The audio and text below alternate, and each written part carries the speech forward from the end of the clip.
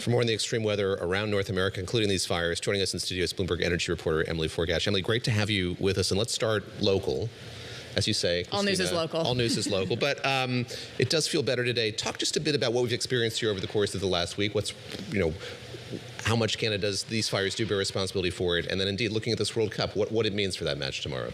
Yes, so the air in New York was quite bad this week. If you remember 3 years ago when there were Canadian wildfires that sent smoke down to the New York area, it wasn't nearly as bad as that, but other places around the country were also experiencing terrible air this week.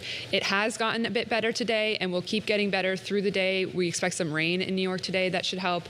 And yeah, the World Cup match seems to be happening tomorrow, although that can always change. Was there any fail-safe? Like, has this happened before? Is air quality canceled games, World Cups? I don't know the answer to that. Well, there were games canceled yesterday in Cleveland. Cleveland and like the Chicago area was hit really hard, so there was a baseball game canceled last night. There are often wildfires in Canada around this time. It gets dry, it gets windy. The smoke only comes down if the wind pushes it down, and there was a jet stream that happened this past week that caused the smoke to come down, but also that jet stream was responsible for a lot of the other issues we saw this week. Let's talk a bit about heat, which is part of this whole conversation as well. I know you cover utilities, and I see the emails that I get from Con Ed indicating when I should have the AC on or off and how my behavior should change as a result. Our building would like us to keep it at 76 degrees. 76, 78. Oh, it's warm. It is warm. Yes, it is. How are utilities reacting to all of the kind of extreme weather that we've seen here in the summer so far? Yeah, it's getting increasingly challenging for utilities and for grid operators to meet demand that comes with turning on your AC and other things when it gets really hot. Another issue that utilities are contending with is in California. It was also dry and windy, and that's the perfect atmosphere and temperature for fires. And oftentimes fires can start because of electricity sparking it. So PG&E, which is a utility in California, had to turn off power for some people on Wednesday, forced shutoffs in order to avoid any wildfires. There were wildfires in Canada, unfortunately. And then grid operators throughout the U.S. in the middle of the country and the East Coast were issuing some warnings when it got really hot on Wednesday and Thursday.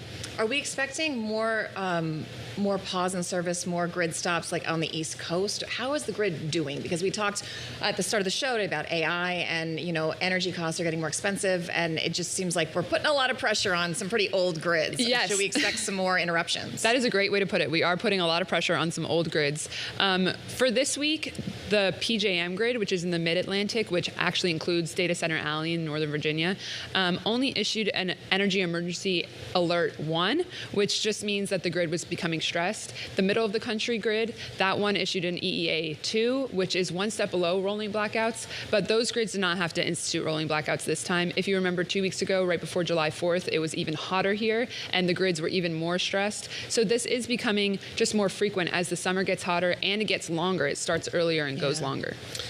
Wandering around the neighborhood, people have masks back on. There is, as you talked about, we had this experience a couple of summers back where it had this post-apocalyptic look to the city, hard to see the sun. Everything looked really kind of red and sepia-toned. What do we know about the dangers of this, just being in this environment, breathing all of this in? How worried people should be just about prolonged exposure to what we're seeing? Yeah, I mean, it depends on how sensitive you are. So if you have asthma, if you're part of the sensitive groups, officials were telling people to stay inside. If they didn't have air conditioning while it was hot, try to go somewhere indoors where there was air conditioning. If you aren't part of sensitive groups, it can still hurt you because the levels in New York and especially in Chicago, Detroit area were really high, and that is unhealthy for anyone. There could be lasting effects, but this time, as I mentioned, was not as bad as 3 years ago. Yeah. I mean, do they recommend a mask? It was interesting that so for those of us who traveled a lot around the world, I walked out of my apartment and it reminded me of going to developing nations where they burn trash in urban centers. Like, you get that same acrid smell and it just kind of hits you in the face. It's a very distinct smell.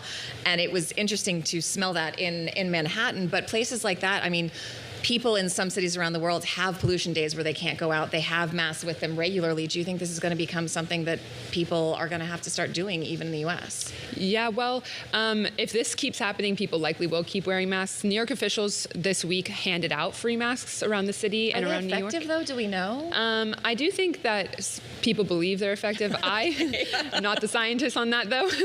And I'm sure there is some efficacious masks out there. I'm not sure just like the regular blue mask that we all right, use. if I'm there are putting different like the levels little of cute masks. one I sewed during COVID, is that really going to make any difference? Of course, I made it. I'm very proud of it. Wow, that's cool. Before we let you go, I want to ask you about Texas as well. We've seen the reports of flooding in Texas once again, and I'm curious sort of what information you have on those, and sort of how likely you talk about kind of recurrence of these fires and that being. Is this something we plan to expect to see more of in Texas as well? Yes. So the floods in Texas, unfortunately, this time were deadly. 2 people died. Unlike last year, when over 130 people died, last year Texas just wasn't as prepared. The rain came overnight, and so did the flash flooding. The alerts weren't as good. People were asleep, didn't hear them. This time around, Texas was way more prepared. The emergency alerts were better. Information came out earlier. Actually, Governor Abbott yesterday credited the media with getting the information out there. Hey, look at that.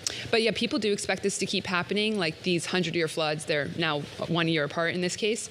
And all of these things that are happening together, it's really important to understand that this could keep happening all at the same time. They're called compounding events.